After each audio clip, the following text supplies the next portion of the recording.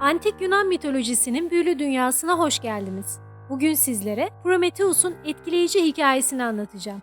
Prometheus, insanların aydınlanması için ateşi çalarken, Pandora'nın merakı ise dünyaya karanlığı getirir. Bu hikayeler insan doğasının karmaşıklığını ve tanrılarla insanlar arasındaki etkileşimi anlatırken, aynı zamanda insanlığın geçmişini ve geleceğini yansıtır. Gelin Prometheus'un bu gizemli dünyasına birlikte göz atalım. Sevgili izleyiciler, bu videoyu izlerken keyif alacağınızı umuyorum. Daha fazla mitoloji ve sanat hakkında bilgi edinmek isterseniz kanalımıza abone olmayı ve bildirimleri açmayı unutmayın. Bir sonraki videoda görüşmek üzere. Prometheus, antik Yunan mitolojisinin en önemli ve en tanınmış figürlerinden biridir. Hikayesi, insanlığın gelişimine ışık tutmuş, yaratıcılığı ve isyankar doğasıyla özgür ve idealist düşüncenin temsilcisi olmuştur. Adı önceden gören anlamına gelen Prometheus, Titanların soyundan gelir. Hesiodos'a göre Prometheus, Iapetos ile Kleme'nin, Askleios'a göre ise Gaia'nın oğludur. İnsanların yaratıcısı ve onlara ateşi veren kişi olarak tanınan Prometheus'un, Atlas, Meneitos ve Epimetheus adında 3 kardeşi vardır. Prometheus'un ateşi taşıması, antik Yunan mitolojisinde insanlığın toplumsal dönüşümünü simgeleyen önemli bir unsurdur. Bu eylem insanların bilgi ve teknolojiye erişimini sağlamak suretiyle ilerleme ve değişim sürecini başlatır. Prometheus'un ateşi taşıması, mitolojik anlatılarda ve kültürel bağlamda toplumsal dönüşümün sembolü olarak dikkate alınmıştır. Prometheus ve kardeşleri akıl gücü bakımından diğer tanrılardan üstündür ve bu gücü Zeus'a karşı gelmek için kullanırlar. Fakat akıl gücü Zeus'un tek elindedir ve bu gücü başkasında görmek Zeus'un içinde bitmek bilmez bir öfke doğurur. Kimi anlatılarda Prometheus aynı zamanda bir kaindir ve bir gün Zeus'u tahtından edeceğini bilir. Bu bilgiden edindiği üstünlükle Prometheus, Zeus'u sürekli bir kuşkunun baskısı altında tutar. Zamanla 4 kardeş de bu üstünlükleri yüzünden Zeus tarafından eşi görülmemiş cezalara çarptırılır. Kardeşlerden Atlas ve Meneitos, Titanlar Savaşı'nda tanrılara karşı mücadele etmiş ve Zeus, Atlas'ı gök kubbeyi omuzlarında taşımakla, Meneitos'u da yerin dibine kapatmakla cezalandırmıştır. Prometheus'a bitmek bilmeyen bir işkence yaşatan Zeus, Epimetheus'a ise ilk kadın Pandora'yı vererek tüm insanlığa unutulmaz bir acı yaşatmıştır. İnsanın Prometheus tarafından maddeden yaratıldığı mitosu, İsa'dan önce 4. yüzyılda ortaya çıkmıştır. Platon'a göre dünyanın sahibi olan tanrılar, ölümlüleri özü toprak ve ateşten olan bir cevherden oluştururlar. Ardından Prometheus ve Epimetheus'a ölümlüler için verdikleri yetenekleri tüm canlılar arasında bölüştürme görevini verirler. Epimetheus, Prometheus'u ikna ederek bu önemli görevi üstlenir. Epimetheus doğanın verdiği nimetleri pay ederken hayvanlara çok cömert davranır ve tüm önemli nitelikleri hayvanlara vererek tüketir. Sıra insanlara gelince elinde hiçbir şey kalmadığını anlar ve Prometheus'tan yardım ister. Böylece Prometheus, insanları ileride katlanacakları güçlükleri simgeleyen suya ya da gözyaşlarına toprak karıştırarak ölümlü ilk varlığın bedenine biçim verir. Sonra çamurdan yapılmış bu bedene yaşam soluğunu üfler. İnsanları çıplak, korunaksız kalmaktan koruyabilmek için Hephaistos'un atölyesine giderek ateşi çalar ve Athena'dan yaratıcılık yeteneğini alır. Yaratıcı güce sahip olan insanın kendisini savaşlardan koruyamayacağını gören Zeus, bu durumdan endişelenerek insana en yüce değerler olan adalet ve saygı gibi erdemler verir.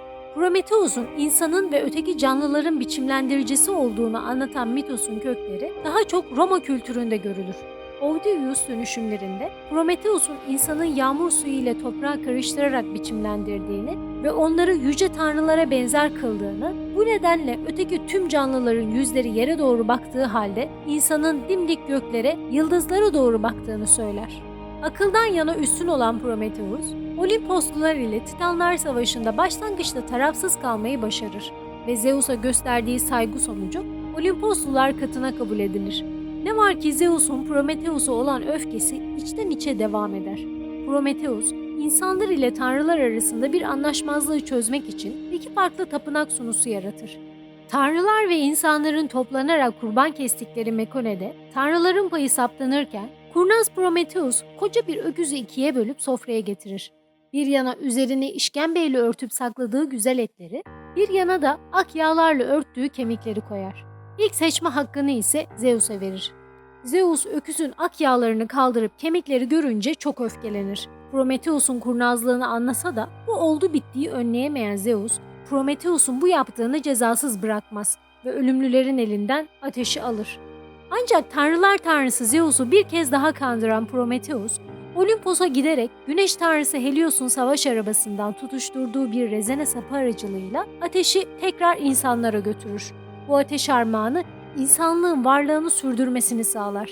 Prometheus'un Mekone'de yaptıklarına çok öfkelenen Zeus, diğer tanrılarla birlikte insan yaşamını ağır zahmete ve sefalete boğacak bir şey tasarlar. Bunun üzerine bir kadın yaratır.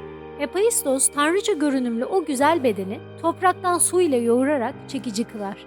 Athena bedeni uyumlu olarak süsler. Afrodit yüzüne zarafet ve dayanılmaz arzu serper. Hermes ise ona şeytani bir zeka ve kandırma yetisi üfler. Hermes ona bütün tanrıların armağanı anlamına gelen Pandora adını verir. Pandora'ya kapalı bir küp emanet ederek onu Epimetheus'a götürür.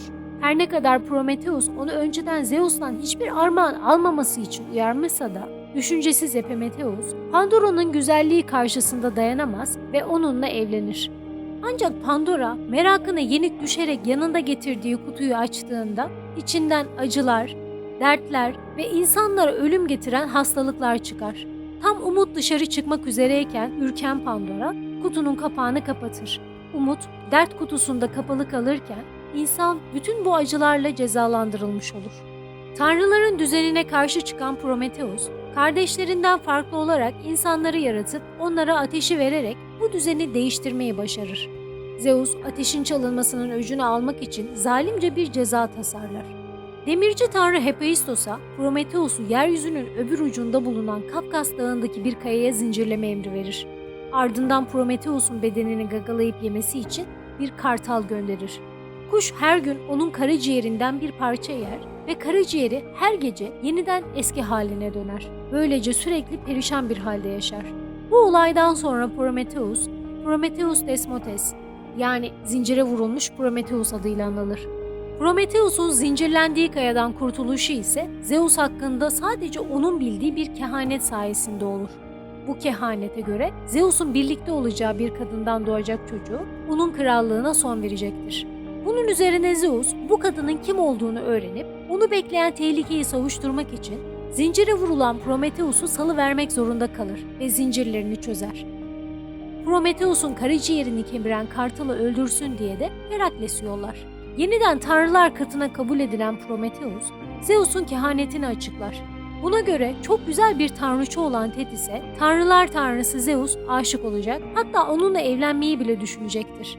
Ancak Zeus'un Thetis'ten doğacak çocuğu kendisinden bile güçlü olacaktır. Kendilerinden daha üstün bir gücün ortaya çıkışını engellemek isteyen tanrılar dikkatli bir plan yaparak Thetis'in bir ölümlüyle evlenmesini sağlarlar. Bunun sonucunda Thetis'in Akileus adında kahraman bir oğlu olur.